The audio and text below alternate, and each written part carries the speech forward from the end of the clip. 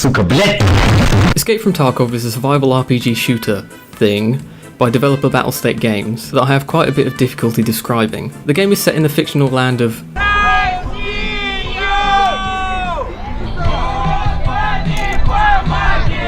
and it has quite a lot in common with games like DayZ and Stalker, and not just the fact it's set in Eastern Europe.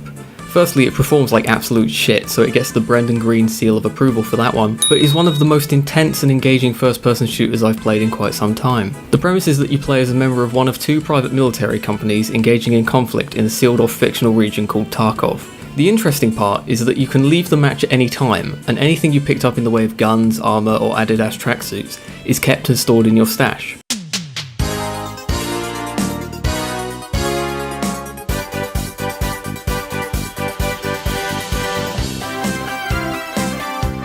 But inversely, anything you take with you is lost when you die. So what we end up with is a balancing act. The longer you stay, the more sweet fucking loot you can get, but there's more chance of dying and losing it all. Parallel to this, if you want a better chance of coming out on top, you take all your best stuff, but in doing that you put your gear at risk.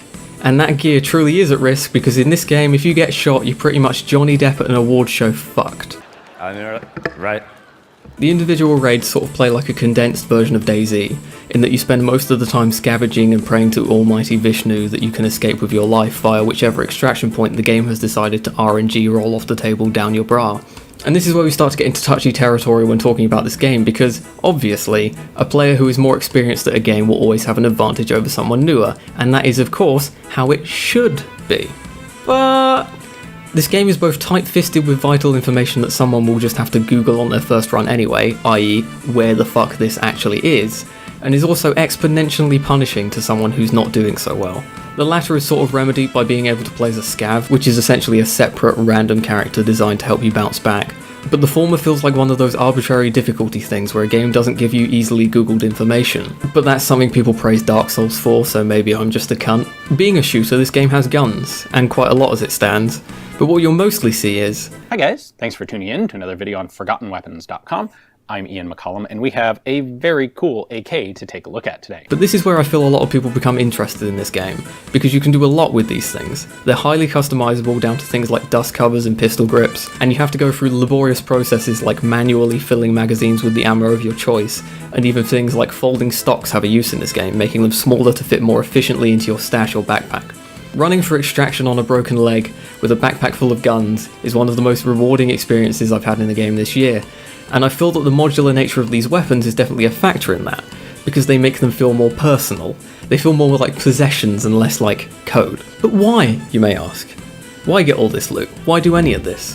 Why quests, of course, for more loot. There are a number of characters, from the mechanic to the peacekeeper to the rapist, who in addition to offering trade will give you quests to earn reputation with them, and ultimately make more items available for purchase. Quests will often have you go to different locations to complete certain objectives, or require you to acquire some items that the quest giver wants. This gives the incentive to go to different maps for once, because otherwise I'd just play Interchange 24/7 for that sweet cowboy hat. Currently available maps include Fucking Clusterfuck, Scav Boss Apocalypse, Toys R Us, Boring Shit, and Shoreline.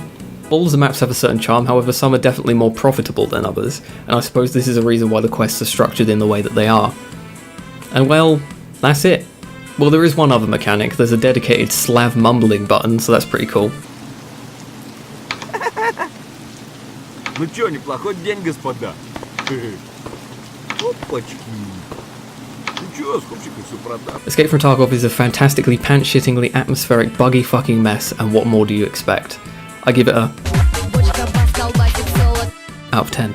You're the one that's thinking inside of this box, i.e. this room that we are in. Me, I'm outside. I'm with the seagulls. You're with the I'm seagulls. eating chips.